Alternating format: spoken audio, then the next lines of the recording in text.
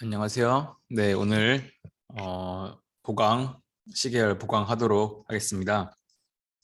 그래서 보강은 두 차례에 걸쳐서 업로드될 계획이며 AR이랑 MA, 알마 모델 실습하는 거 제가 올리도록 하겠고, 네, 그래서 지금은 AR 모델 실습과 관련해서 강의를 진행하도록 하겠습니다.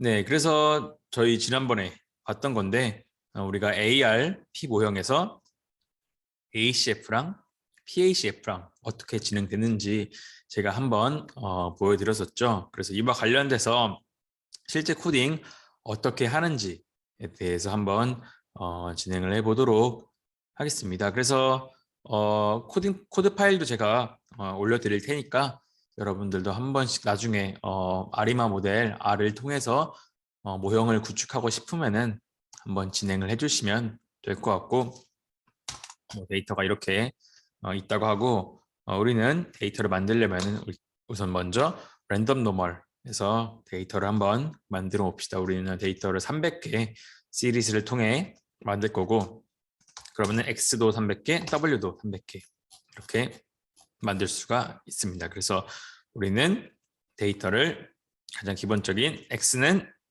0.7 xt-1 더하기 wt 라는 형태로 새롭게 x들을 구성을 할 거고, 그래서 t가 2부터 300까지 그때그때의 x값은 자기 자신의 w값에다가 그 전에 wt값, x값을 바꾸는 형태로 이렇게 데이터 x를 바꿔준 다음에 우리가 이를 타임 시리즈, R에서는 항상 타임 시리즈 형태의 데이터로 바꿔서 넣어준 다음에 그것들의 ACF랑 PACF를 한번 그려보도록 하면은, ACF의 경우는 지수적으로 감소하는 이런 모습을 볼 수가 있고요. 그래서 뭐 그때그때 조금씩은 다르게 나옵니다. 이게 랜덤이기 때문에 조금씩 형태는 다르게 나오지만 이렇게 아무튼 지수적으로 조금씩 계속 감소하는 형태가 ACF의 형태라고 볼 수 있고, PACF 같은 경우는 딱 거의 자기 자신 이후로는 거의 절단된 형태를 볼 수가 있습니다. 네, 그때 이게 조금 더 잘났다고 볼 수 있네요. 그때그때 랜덤하기 때문에 뭐 완벽하게 이 기준선에 대해서 만족을 한다고는 보기 힘들 수도 있지만, 아무튼 전반적인 경향성을 봤을 때 얘는 AR1 이 모델을 전형적으로 따르고 있다고 볼 수가 있습니다. 그래서 비슷하게 AR1뿐만이 아니라 뭐 AR2 모델의 여러 가지 형태들이 이렇게 아래에 있는 데이터처럼 보여준다고 볼 수가 있고, 이런 것들을 통해서 우리가 이 데이터를 AR 몇의 모형을 가지고 산정을 해야 하는지를 알 수가 있습니다. 그래서 이제부터 저희가 항상 많이 했던 뭐 DD1, DD4라는 데이터를 가지고 여러 가지 AR 모형들을 저희가 피팅을 한번 해볼 건데요. 일단 DD1 같은 데이터 같은 경우는 우리가 한번 본 적이 있죠. 이렇게 랜덤한 추세나 계절성이 없는 그러한 형태의 데이터라고 볼 수 있으며, 우리가 보통 시계열 데이터를 새롭게 이렇게 받았을 때 우리가 뭐 KPSS 테스트라는 것을 한번 진행을 해봅니다. 그래서 AR 모형 가지고 한번 진행을 하는 건데, KPSS는 뭐냐면은 우리가 데이터가 정상성을 가지고 있는지, 지난번에 뭐 ADF 테스트 이런 것도 제가 말씀을 한번 드린 적이 있는데, 그것과 비슷하게 또 정상성이 얼마나 가지고 있는지, 그리고 여기에 KPSS 테스트의 트렌드라는 거를 해서 트렌드가 있다고 가정했을 때도 정상성이 얼마나 만족되는지를 보는 그러한 테스트를 하는 기법이라고 봐주시면 될 것 같습니다. 그래서 이렇게 봤을 때 우리는 KPSS 테스트일 때 0.1보다 크다라는 것을 봤을 때 우리는 우리가 준비한 DD1이라는 데이터가 정상성을 만족하는구나 라는 결론에 다다를 수가 있습니다. 그래서 제가 지난번에 수식적으로 전개를 해서 AR 모형의 값을 구하는 방법은 제가 보통 이 MLE라는 방법을 쓴다고 최대 우도법을 쓰는 게 가장 일반적이다라고 말씀을 드렸는데 이거 이외에도 실제로 뭐 쓰는 거는 율워커 방정식을 통해서 진행하는 경우도 있으며 뭐 버그 방법, OLS 한 여러 가지 방법이 또 존재한다고 합니다. 근데 가장 좀 수식적으로 전개하기 편하고 하는 방법은 MLE라는 방법이라고 봐주시면 될 것 같고, 그래서 이렇게 여러 가지 방법들을 다 활용해서 모델을 구축을 해줄 수도 있습니다. 그래서 먼저 이 율워커라는 방법을 통해서 모델을 구성을 해봤는데, 근데 재밌는 거는 이렇게 최적화하는 그리고 모델을 구성하는 방법에 따라 가지고 얘네들이 적절한 AR 모형의 개수가 또 그때 또 달라지더라고요. 그래서 지금 같은 경우 율워커라는 방법을 활용하면은 AR2 모델 2차항의 모델로 구성이 되며, 뭐 버그라는 걸 쓰면 13차항, OLS는 8차, MLE는 8차 이런 형태로 조금 다르게 구해지는 것을 또 확인을 할 수가 있었습니다. 그래서 율워커라는 것을 통해서 한번 제가 모델을 구성을 하는데, 보통 이 문법을 살펴보자면은 이렇게 AR 모델이라는 것을 통해서 AR 모형을 만들어주면 되고, 거기에 방법에 율워커라고 적어주시면은 율워커라는 방법을 통해서 AR 모형을 추정을 한 것을 볼 수가 있습니다. 그래서 그때 코에피션트가 각각 마이너스 0.4594 그리고 마이너스 0.3929라는 값의 코에피션트로 구해진 것을 볼 수 있으며, 뭐 forecast라고 하면은 우리가 예측을 할 수가 있습니다. 그래서 그림을 그려보면은 이런 형태로 그림이 그려지고 2차 항으로 그리면은 앞으로 이렇게 데이터가 변할 거라고 볼 수가 있는 거죠. 그리고 마지막으로 박스 테스트를 통해서 우리가 데이터를 피팅했을 때 그 잔차가 정말로 랜덤 노멀을 따르는지 독립성을 따르는지를 보기 위해서 박스 테스트를 했을 때 얘가 이 레지듀얼이라는 값이 p-밸류가 이상이기 때문에 우리가 어느 정도 이 잔차의 정규성에 대한 것들은 만족한다고 볼 수가 있습니다. 그래서 2차 방정식 2차 항으로 하면은 율워커는 이러한 형태로 값을 구한 것을 확인을 할 수가 있습니다. 비슷한 방법으로 이제 율워커를 가지고 했으니까 뭐 저도 이 부분은 처음 보는데 버그라는 방법을 통해서도 진행을 할 수가 있고, 이 경우도 AR 이 경우는 특이하게 AR이 13차 항까지 구해진 것을 볼 수가 있습니다. 이게 방법들마다 그때 어떻게 이 모델을 최적화시키고 하는, 그리고 그것에 대한 기준점들이 좀 달라지기 때문에 코딩에 따라서 또 달라지기 때문에 이 차수 항도 달라지는 것을 볼 수 있고, 얘 같은 경우는 13차 항이 나와가지고 이렇게 된 것을 볼 수가 있습니다. 그래서 13차 항을 해서 각각의 코에피션트를 구할 수가 있고, 그때의 애큐러시 같은 것을 뽑아볼 수가 있는데, 애큐러시가 봤을 때 13차 항까지 구한 버그 모델이 이전에 있었던 율워커 방정식의 모형보다 더 좋은 것을 확인할 수가 있는 거죠. 그 다음에 또 이런 다시 한번 제가 그림을 그려봤을 때 이렇게 또 그림이 그려지는 것을 볼 수 있고, 아까 전보다는 조금 더 현실적인 그래프 형태가 구성된 것을 볼 수가 있죠. 그래서 전보다 더 좋은 모델을 만들었다라고 볼 수가 있고, 이 같은 경우는 잔차의 p-밸류가 이전에 비해서는 그렇게 잘 되지는 않은 것을 볼 수가 있습니다. 그래도 0.05의 기준에서는 높으니까 그래도 기무가석을 채택을 해서 잔차가 서로 독립적으로는 진행이 된다. 정규성을 어느 정도는 만족을 한다라고 이야기를 할 수가 있습니다.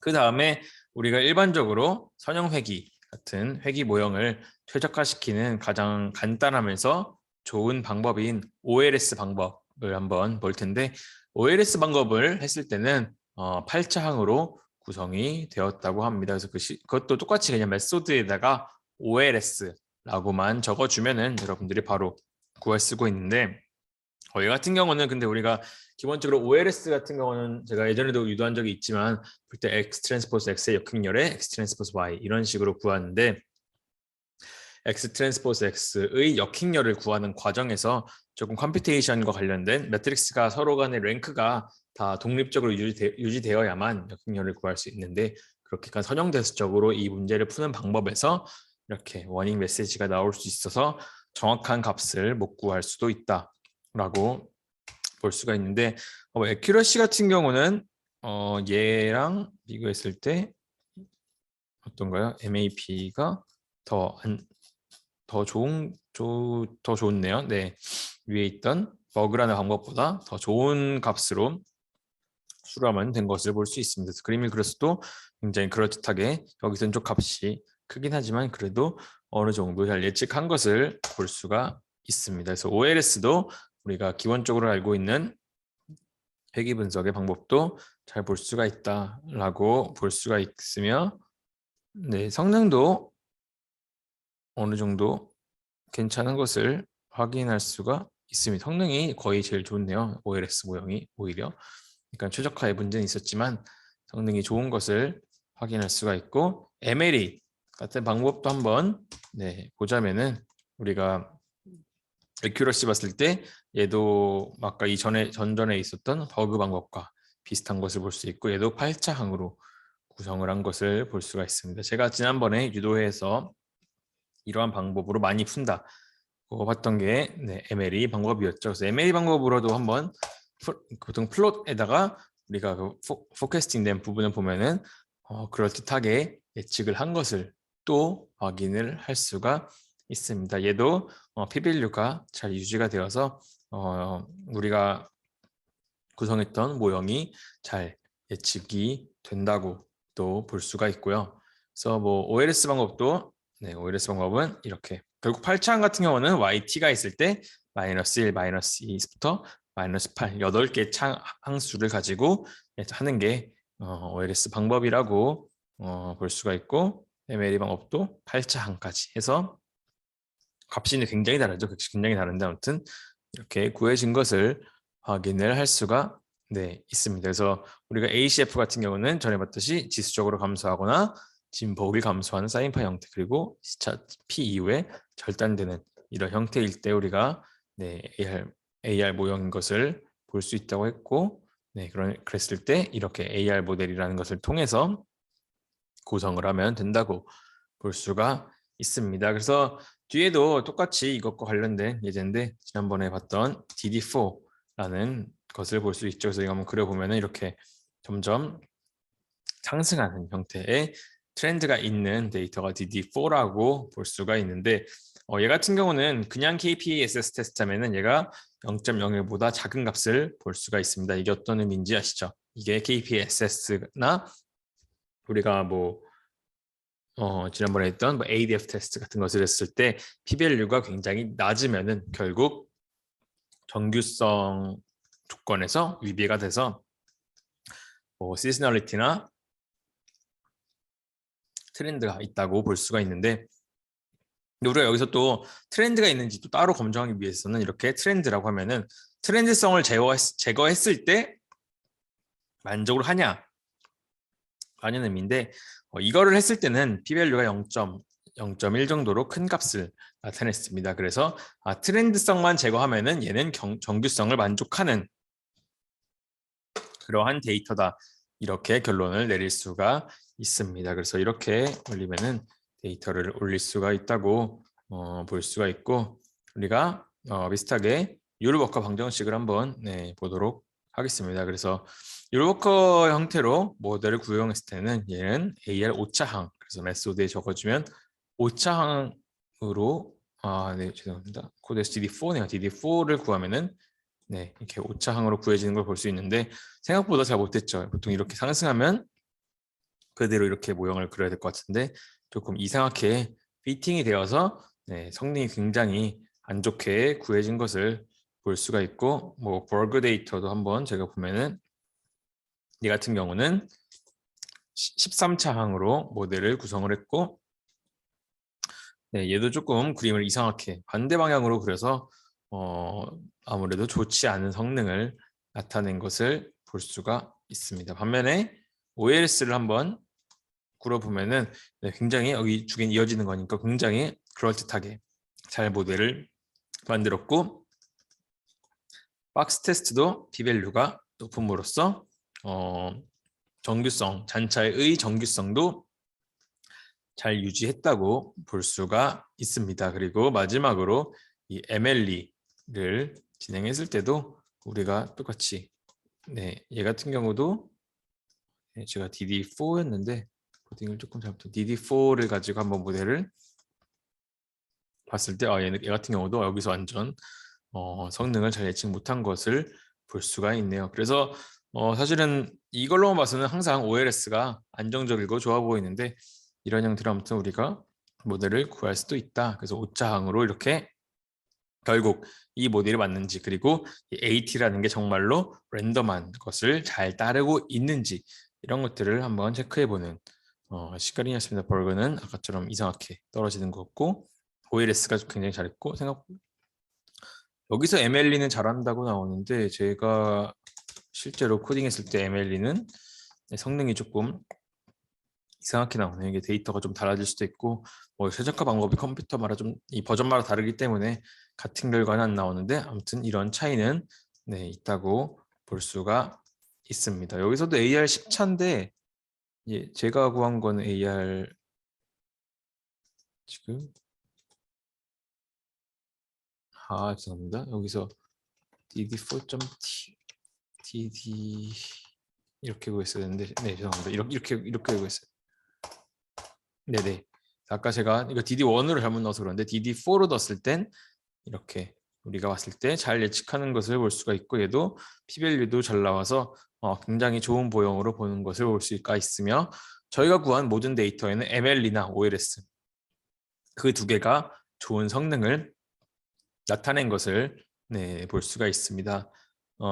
그 다음에 마지막으로 간단하게 실제 데이터인 아이오와 리버플로우라는 데이터를 제가 이렇게 TSA라는 라이브러리에서 데이터를 갖고 와서 얘를 보면은 이런 형태의 데이터를 보고 있습니다. 그래서 아이오와 주에서 수자원 자료가 어떻게 되는지, 이 기간 동안의 수자원 자료인데 얘네들이 보통 어떤 자료의 변동을 갖고 있는지 그 예측을 할 수 있는지를 한번 봤는데, 우리가 이렇게 봤을 때 0.1보다 커서 0.1보다 크기 때문에 정규성은 만족한다고 볼 수 있고, 이제 본격적인 분석을 들어가기 전에 TS 디스플레이를 한번 해보면은 우리가 ACF는 주기적으로 주기성을 가지고 있는 특성을 볼 수 있고, PACF는 여기서 절단이 되기 때문에 AR 모형을 맞추는 것이 좋다고 볼 수가 있고, 그것을 통해서 한번 우리가 모델을 OLS를 통해서 구성을 했을 때 이렇게 나오는 것을 볼 수가 있습니다. 그래서 얘는 23차항, 굉장히 복잡하게 23차항까지 모델을 만들었다고 볼 수가 있으며, 예측한다고 했을 때 이런 식으로 모델을 예측한 것을 볼 수가 있고, 장래의 예측 범위가 이 정도 된다, OLS로 했을 때는 이런 식의 결과를 볼 수가 있습니다. 그래서 사실은 이 부분은 저희가 워낙 제가 몇 번의 수업에서도 많이 진행을 했고 했던 부분인데, 코드를 한 번씩 여러분께 소개시켜 주기 위해서 보강을 진행을 했던 거고, 이런 나중에 여러분들이 R을 통해서 AR 모델, MA 모델, R만 모델 등을 피팅할 일이 있으면은 이렇게 코드를 통해서 하고, OLS, MLE 같은 것도 적절히 여러분들이 다양하게 해봐서 좀 잘 학습이 되는 모델을 활용하면 좋을 것 같습니다. 그러면은 첫 번째 보강은 여기서 마치도록 하겠습니다. 감사합니다.